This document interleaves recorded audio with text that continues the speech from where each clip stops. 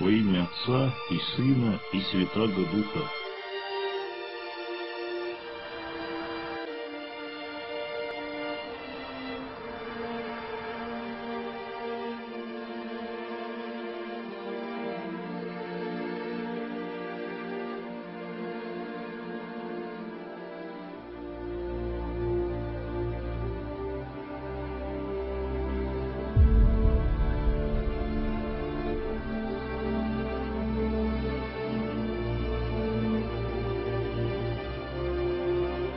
Дорогие братья и сестры, сегодняшняя наша тема – это лжеучение папизма.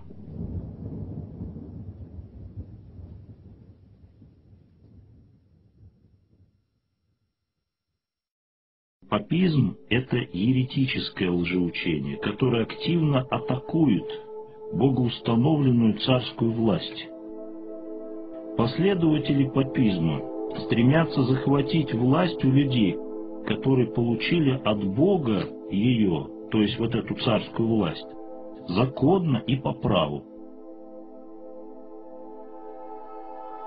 Это прежде всего цари, которых Господь благословил царствовать. Это и мужья, как цари в своем семейном царстве, в своей семье, то есть в своем малом царстве.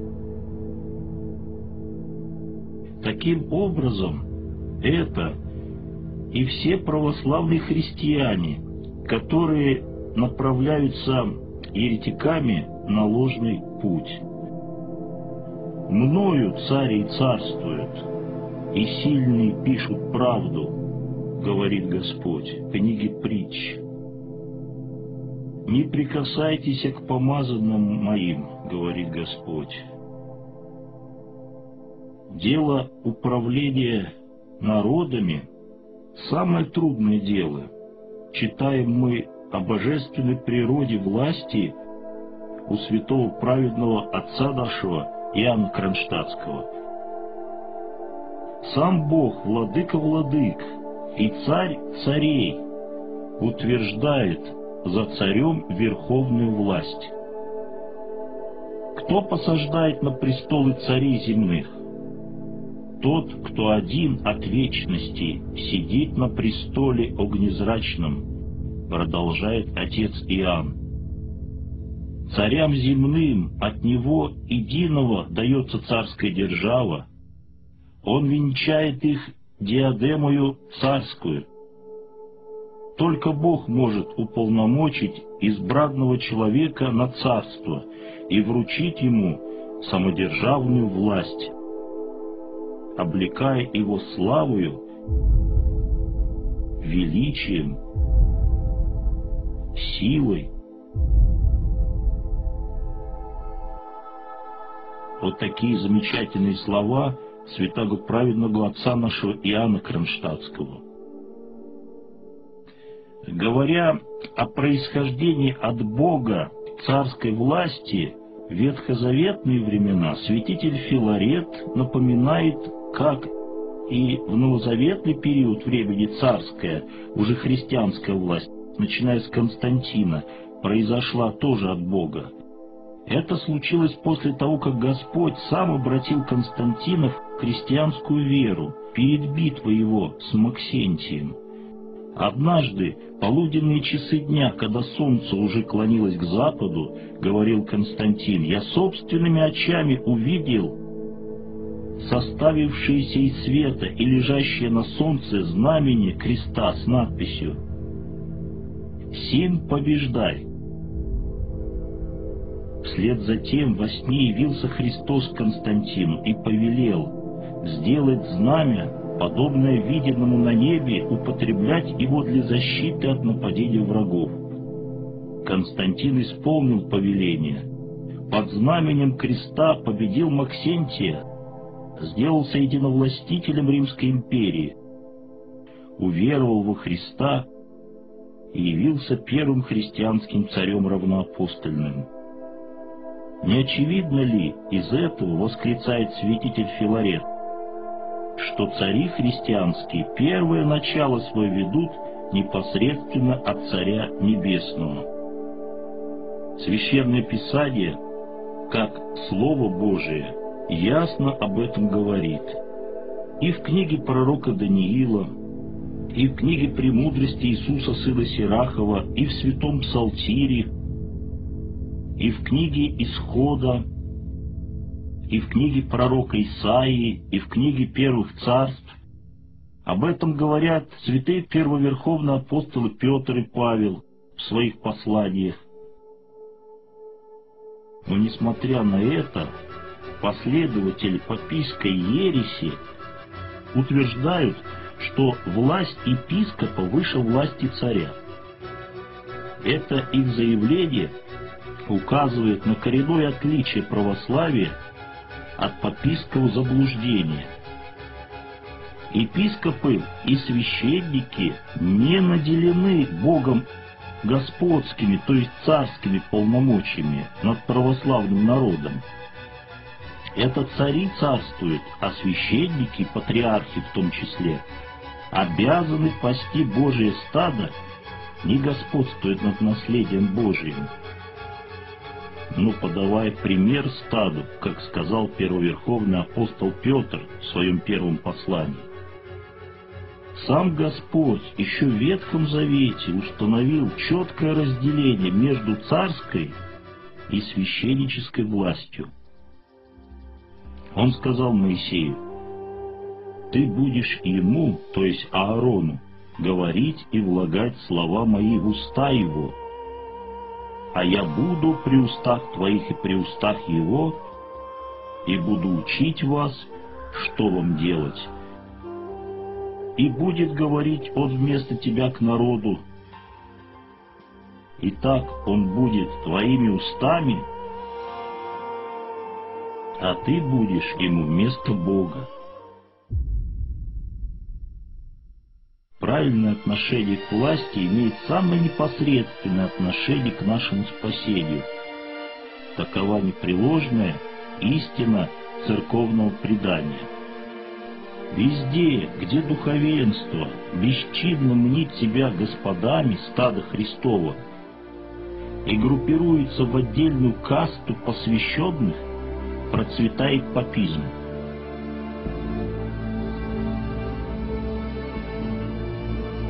И как больно бывает некоторым людям эту истину осознавать, но людям, ревнующим выполнять волю Божию, приходится это делать. Разговаривая, например, с мужчинами, такие вот священники, паписты пытаются контролировать все, даже интимную жизнь. При этом сам разговор на исповеди об этом унижает мужское достоинство исповедника. Женщин тоже контролируют, выясняют вплоть до самых деликатных вещей. Фантазии у папистов очень богатые. Часто женщина и не подозревает, как сильно она душевно обнажена перед духовником. Причем все это прикрывается благим намерением спасти душу несчастную. Став жертвой паписта, такая женщина иногда неосознанно начинает разрушать свою семью. Муж, например, хочет одного, а жена говорит: «А мне батюшка не благословил». И начинаются семейные ссоры, раздоры, разводы. А батюшка-папист радуется. Он только что захватил царскую власть в этой семье. Своровал ее у законного царя, главы семейного царства.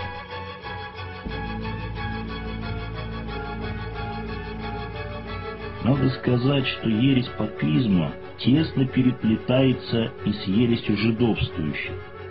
Эти две ереси сейчас словно паутиной опутали многие-многие наши приходы. Некоторым, может быть, кажется, что папизм далеко на Западе, в Ватикане пребывает. Но уже многим людям становится ясным, что это беззаконие вокруг нас происходит, и активно борется с царственным духом истины Христовой. Настоящий духовник или духовный отец помогает человеку разобраться в богословских вопросах. Он направляет своих духовных чад к Богу. При этом он не должен царствовать или господствовать над своими прихожанами. На исповеди священник просто гость, свидетель, которого пригласил сам Господь на эту встречу с грешником кающимся. Человек, братья и сестры, исповедуется не священнику, а Богу. Духовник может помогать, советовать, если его просят. Но не нужно лезть в душу и устанавливать там свои правила. Духовный отец соотносит свои советы с заповедями Божьими. Часто сам Господь говорит через иерея. Но священник при этом просто проводник воли Божьей. А если думает, что это он такой умный, то это означает только одно. Им овладела гордыня бесовская. И имеет место элементарный папизм. Сначала такой священнослужитель дает вам совет, хотя вы об этом его и не просили, а затем он начинает повелевать вами. Откуда же в нашей русской православной церкви пошел этот папистский принцип? От совета к повелению. Обратимся к нашей истории. С еретиками латинскими мы сражались еще при святом благоверном князе Александре Невском. Бивали мы тевтонских рыцарей. При святом благоверном государе нашем Иоанне Васильевиче задавали жару Ливонскому ордену, а со святыми Козьмой Мининым и благоверным князем Дмитрием Пожарским очищали Москву от поляков-папистов. А вот у нас, внутри церкви, ересь папизма ярко о себе заявила в 1654 году. Отправляясь в поход на Польшу, наш благоверный государь Алексей Михайлович оставил патриарха Никона правителем государства. По возвращении с войны, встреченный патриархом в Вязьме, царь от радости при свидании наградил Никона титулом «Великий государь». Обращаю ваше внимание, братья и сестры, что в словаре Брагауза Ефрона написано, что термины «господин», «господарь», «государь» в древнейших письменных памятниках употребляются безразлично. Государь и господин по своему значению одинаково употреблялись для почтительного обращения среди бояр и князей. Назвав Никона великим государем, или что одно и то же великим господином, Алексей Михайлович хотел уважить своего любезного друга. Они ведь были близкими друзьями. Но прошло 4 года, и эта дружба вдруг куда-то исчезла.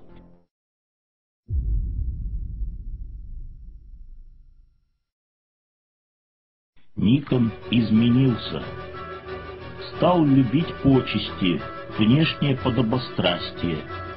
Везде всех заставлял величать его царского холопа, в общем-то, великим государем. У него были особые патриаршие стрельцы, которые постоянно обходили Москву.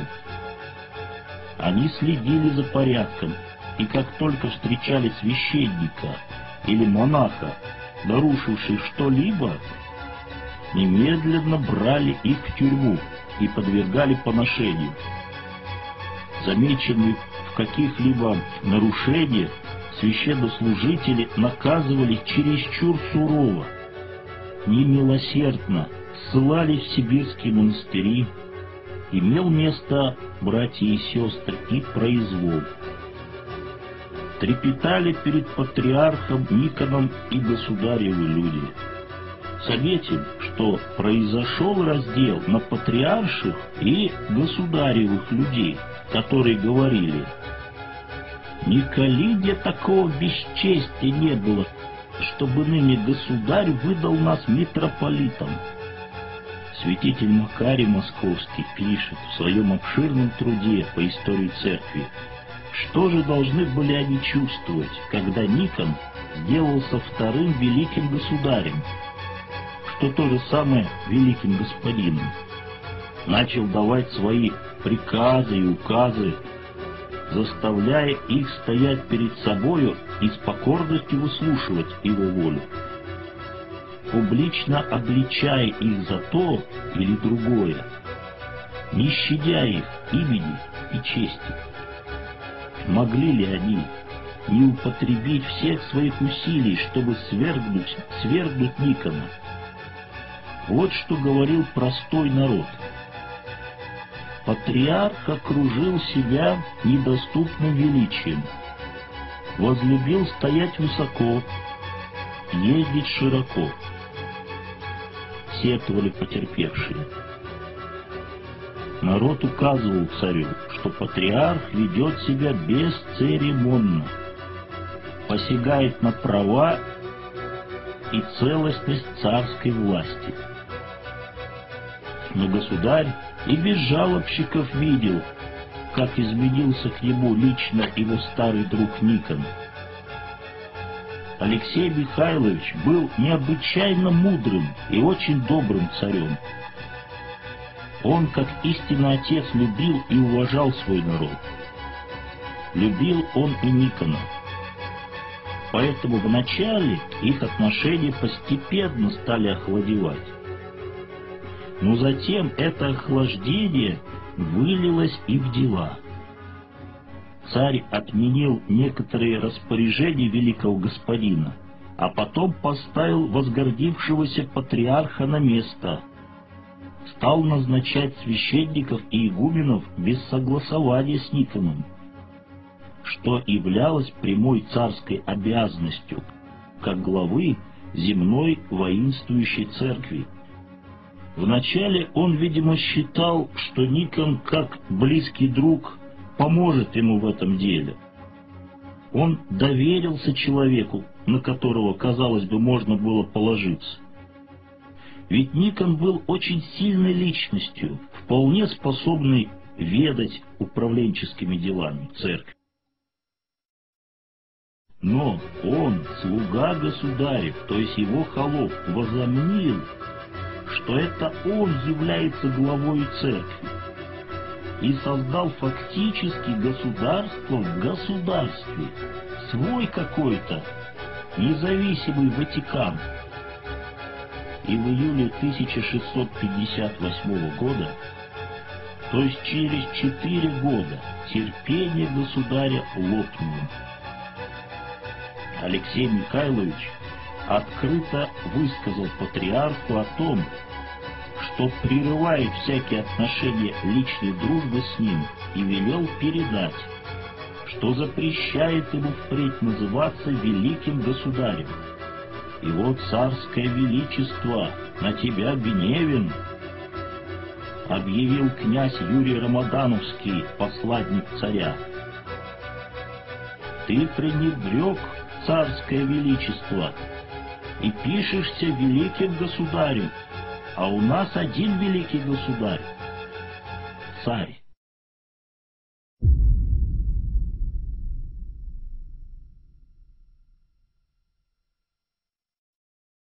Таким образом, братья и сестры, папистский принцип от совета к повелению пошел с Никона, который стал считать себя папой московским,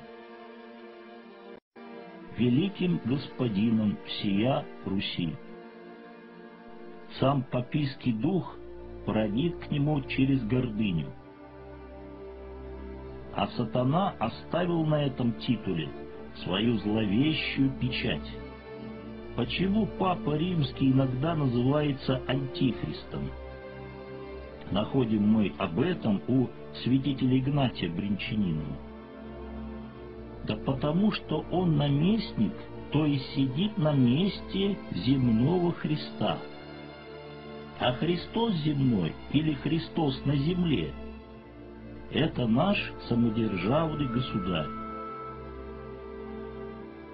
Так как его мы так и называем — Богопомазанник, Христос Господень. Все святые отцы его так называли.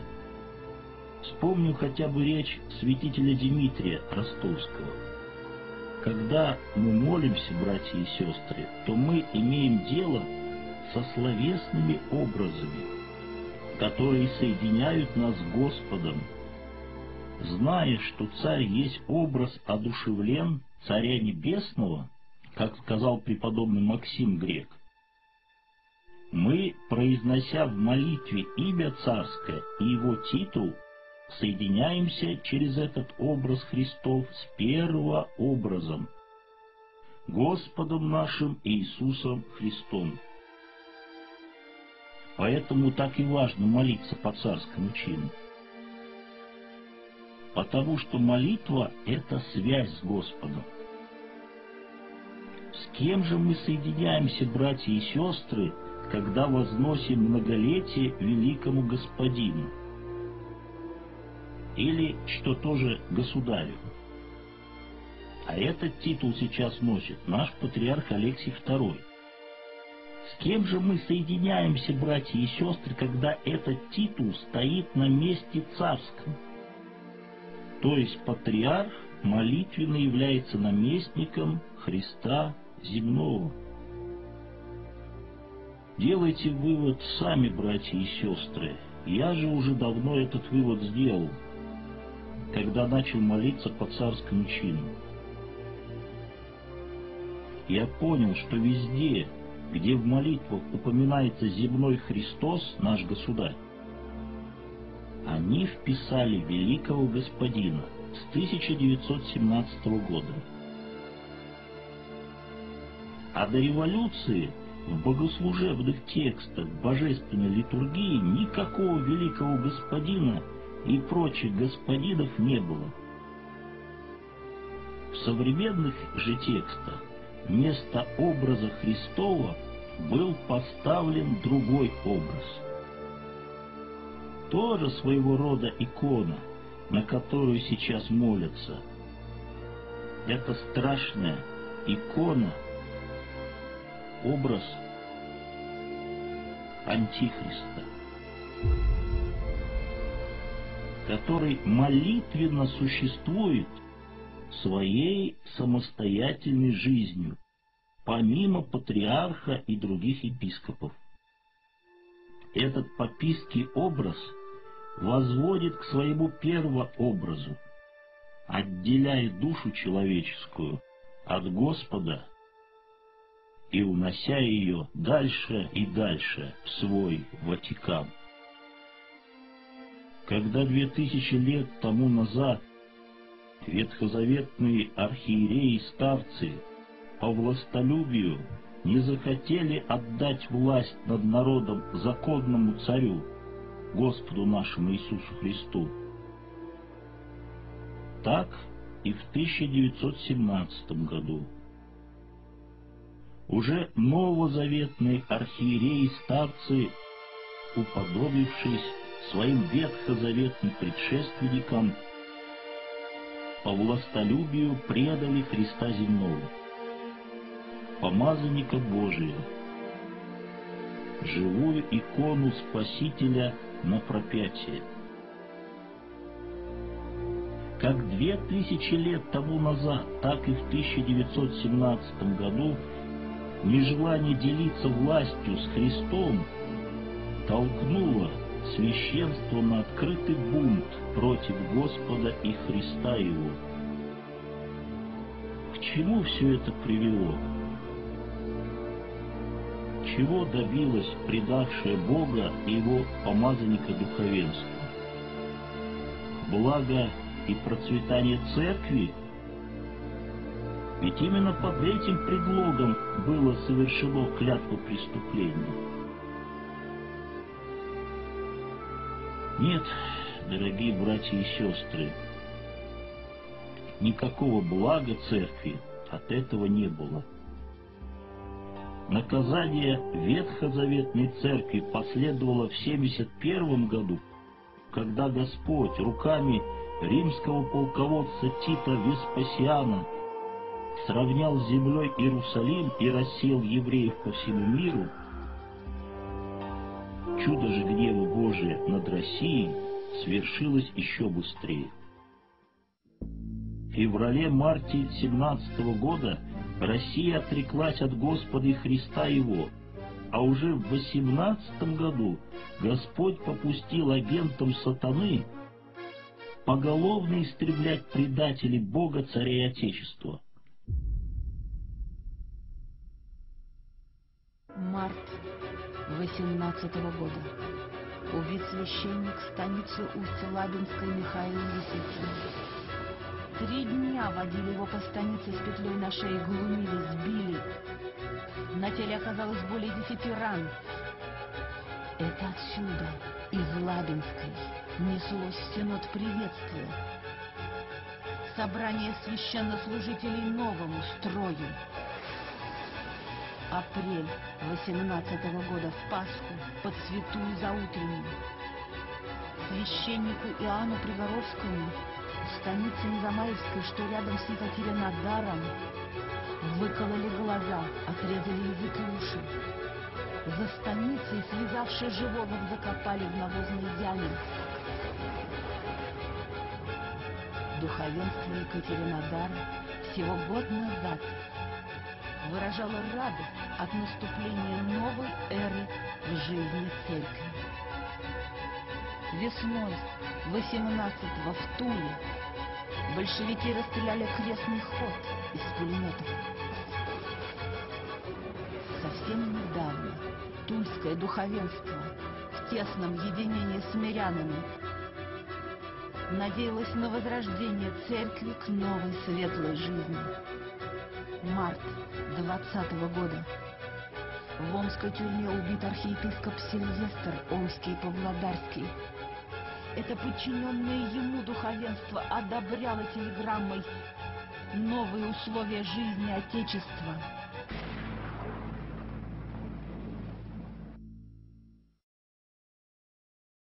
Ответственность пред Богом понесли духовенство, дворянство, купечество и интеллигенция. Неужели этот грозный урок истории ничему нас не научит? Нашим архиереям захотелось жить без царя, но как при царе. Ими была попрана присяга верности Господу Богу и православному царю, законному отцу народа. Клятвопреступники прекрасно знали и об 11-м анафематизме, неделе торжества православия. Они его просто отменили. Они знали, что полагается помышляющим на бунт и измену. Они не могли не помнить и о клятве верности 1613 года. Но ересь папизма ослепила их разум, а гордыня затуманила их совесть. Созвав собор 17-18 годов, они путем жребия выводят из своих рядов патриарха.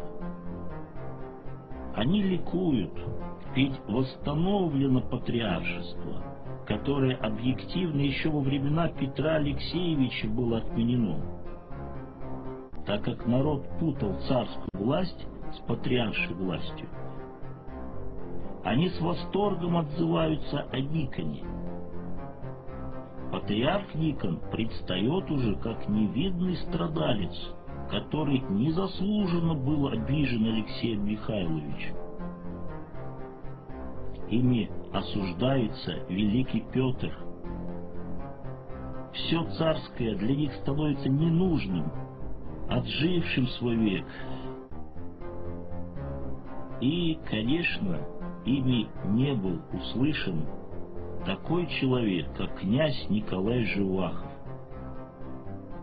который изрек очень мудрую мысль. Раз нет монарха, не нужно и патриарх. По одной простой причине. Патриаршество без удерживающей руки богопомазанника очень легко скатывается к ереси папизму в самой худшей форме. Каждый храм становится маленьким Ватиканом, а каждый настоятель храма мнит себя маленьким Папой Римским. И уже не священник при приходе, а приход при священнике. Папство не имеет канонических обоснований, как не имеет его и патриаршество. Ибо и папство, и патриаршество зиждется на превратном толковании 34-го правила святых апостолов. Ложность толкования заключается в том, что отождествляют старшего в области епископа, окружного митрополита в современном понимании, с патриархом и присваивают ему права, канонами не предусмотренные. Вот что пишет князь Николай Живахов.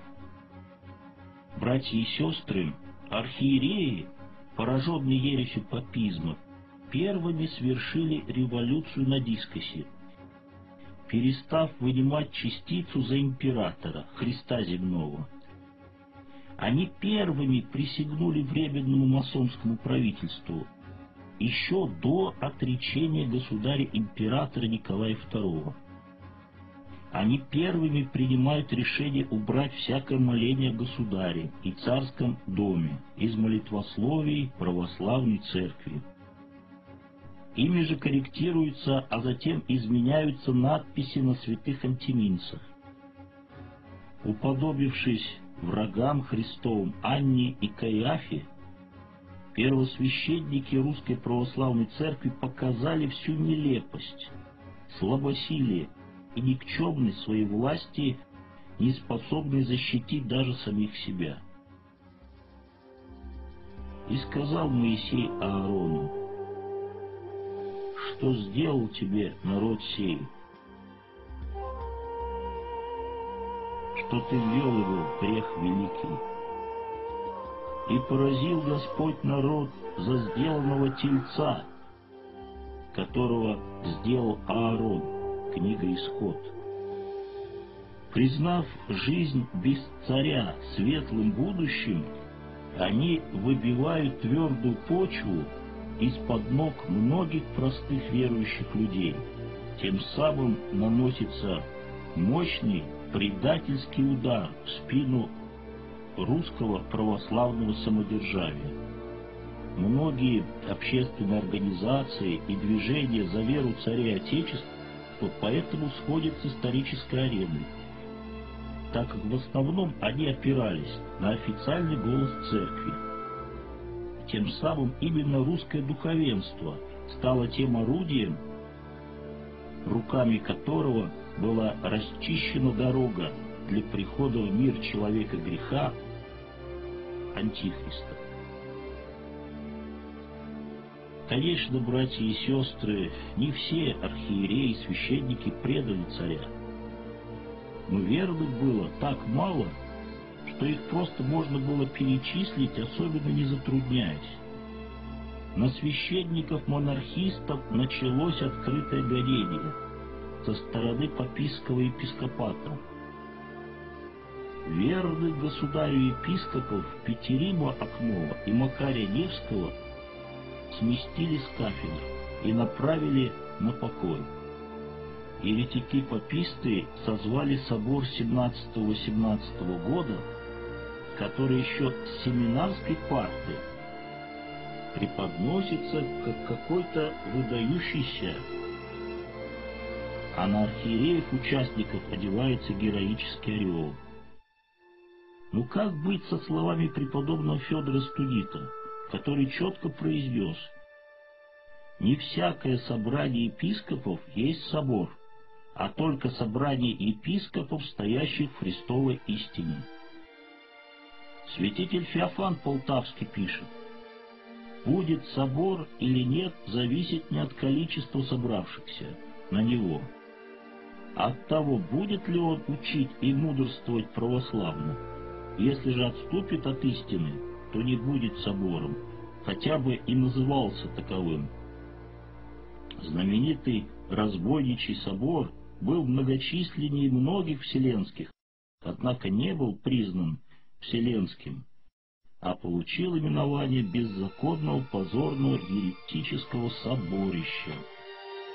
Да и все соборы, братья и сестры, созывались не иначе, как помазанниками Божьими. Господь устами святого царя-искупителя Николая сказал удивительные слова, которые навеки будут греметь обличительным гласом для всех папистов. «Признаю невозможным совершить переживаемое ныне тревожное время созвание Поместного собора. Предоставляю себе, когда наступит благоприятное для сего время, по древним примерам православных императоров дать всему делу движение и созвать собор Всероссийской Церкви для канонического обсуждения предметов веры и церковного управления». То есть из этих слов ясно, что они фактически пошли против воли нашего самодержца. Тогда созвали собор.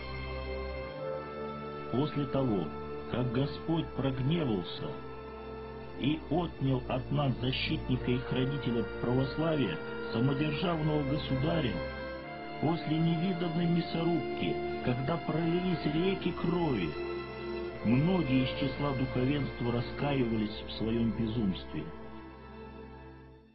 Но было уже поздно. Свершилась воля Божия над Россией. Господь Бог не дал священству господских царских полномочий над народом, как стадом Христовым, которое уже сегодня ждет своего настоящего пастыря, православного грядущего государя, батюшку-царя. Господь предостерегает своих истинных служителей от папистского пагубного заблуждения устами апостола Петра.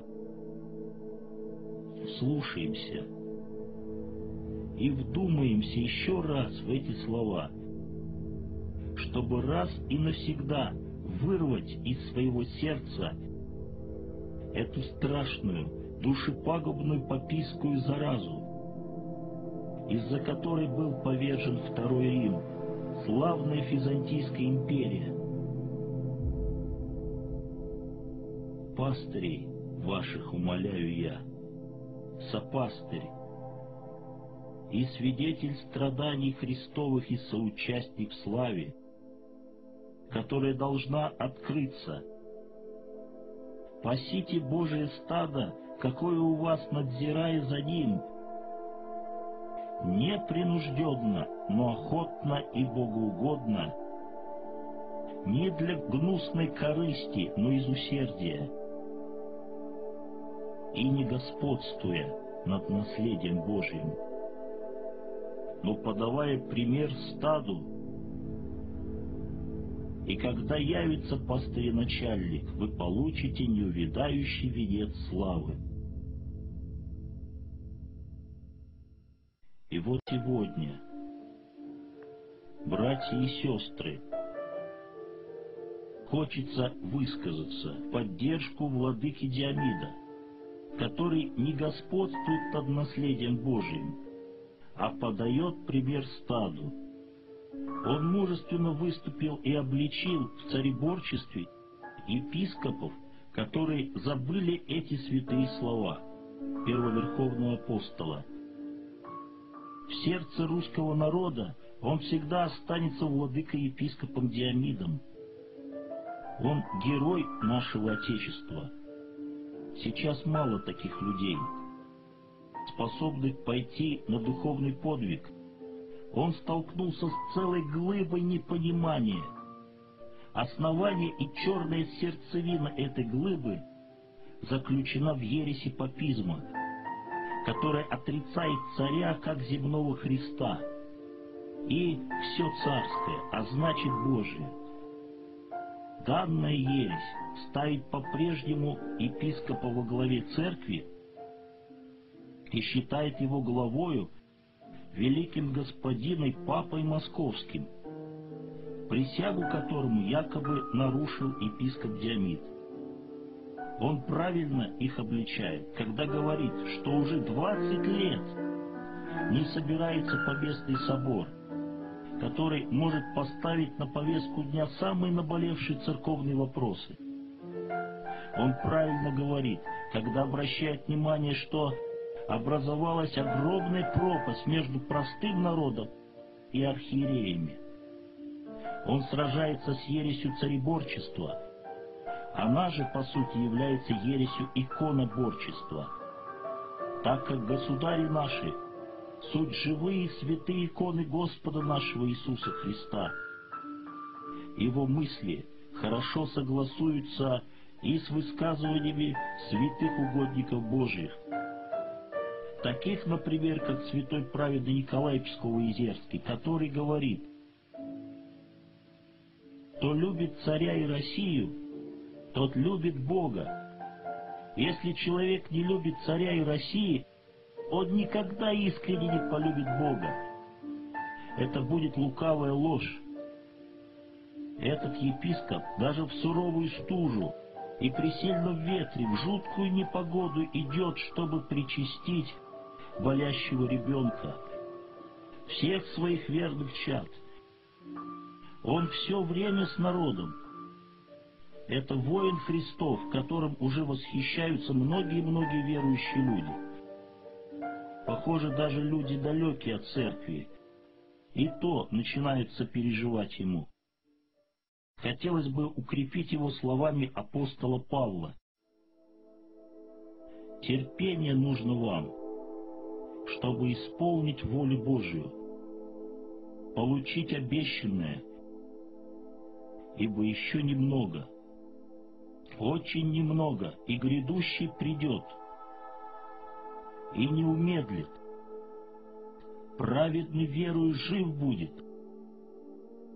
А если кто поколеблется, не благоволит тому душа моя. Мы же не из колеблющихся на погибель, но стоим в вере ко спасению души». Братья и сестры, храни вас всех Господь. Я высказал свое личное мнение как священника. Просто хотелось бы обратиться к вам, чтобы вы сами думали, как относиться к нашему владыке Диомиду. Очень важно учение о царской власти. Раньше, как люди благоговейно почитали государя. Господь и Спаситель наш ведь повелевает нам: воздавайте кесарево кесарю, а Божие Богу. Так Царь Небесный не освобождает нас от исполнения обязанностей наших к Царю Земному, но сам провозглашает эти обязанности и сам повелевает исполнять их. От всех требуя исполнения обязанностей к Богу, воздавайте Божие Богу. Он от всех же требует исполнения обязанностей и в отношении к царю. Воздавайте кесарево кесарю.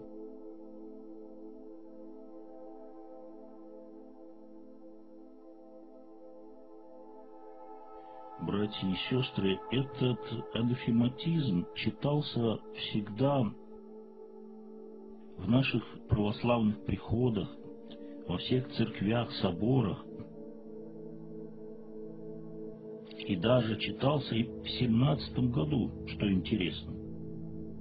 Говорится о том, что кто осмелится на бунт и измену, кто считает, что благодать Духа Святого на государя не изливается и умышляет против государя, тому анафема трижды. Ну, вот такой примерно вот смысл этого анафематизма. Но когда созвали собор 17-18 года, они оказались в ситуации, когда начал их обличать вот этот самый анафематизм.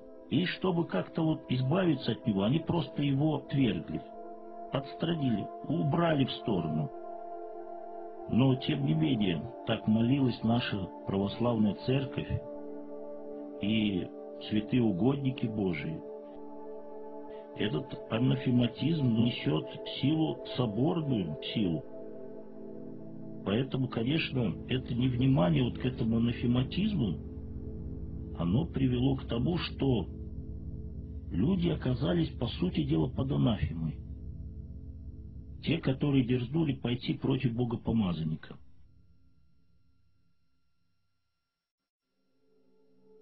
Божие всем благословение. Укрепляй всех Господь. С нами Бог. Разумеете, языцы, и покоряйтесь, яко с нами Бог. Аминь, братья и сестры.